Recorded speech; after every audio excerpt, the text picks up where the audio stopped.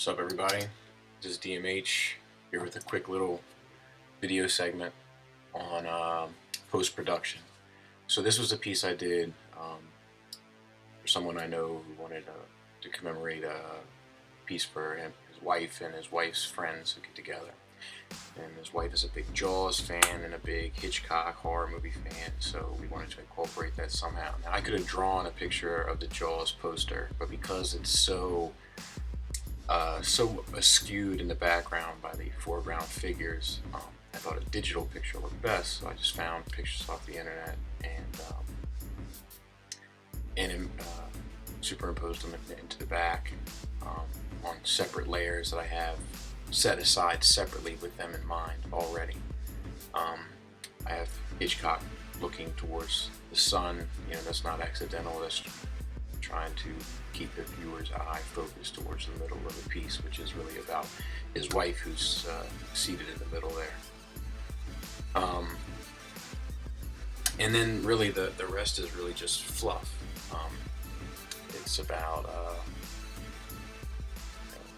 his wife and wife's friends, and they get together. They try to get together every Thursday, I think, but they especially get together every first Thursday of the month. So then I just play around with some text options and try to make it pop a little bit, but at the same time not becoming overpowering where it's distracting. That's not a close-up of any anatomy specifically. It's to put these name tags on. The problem with doing cartoon work of real people is that a lot of times people are like, well, which one am I supposed to be?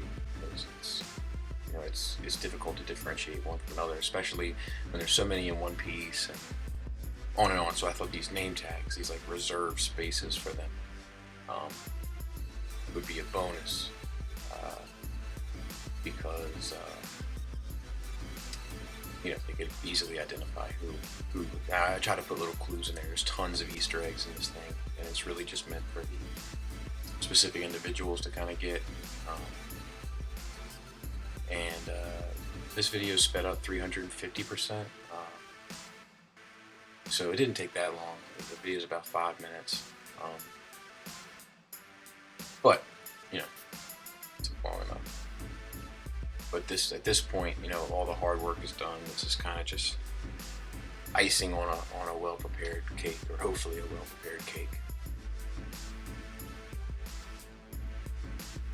It's always interesting to do stuff like this because I don't really have a point of reference for these individuals. I'm just trying to make it feel familiar, kind of, to them.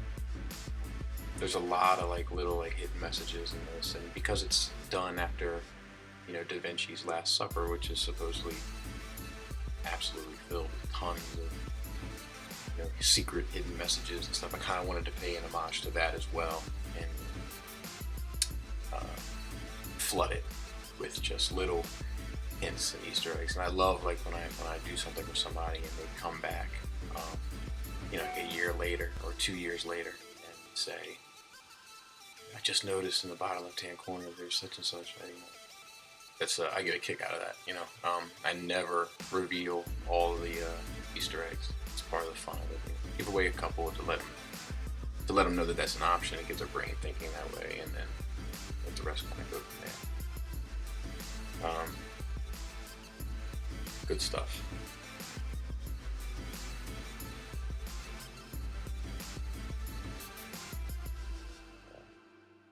I think that everybody kind of has to do, if you consider yourself an illustrator or a cartoonist or an artist, which is a little bit more pretentious, but I feel like you have to do a Last Supper kind of homage. I feel like it's like a rite of passage almost, and this was my first, so I enjoyed doing it. I had a good time doing it and built a little itch.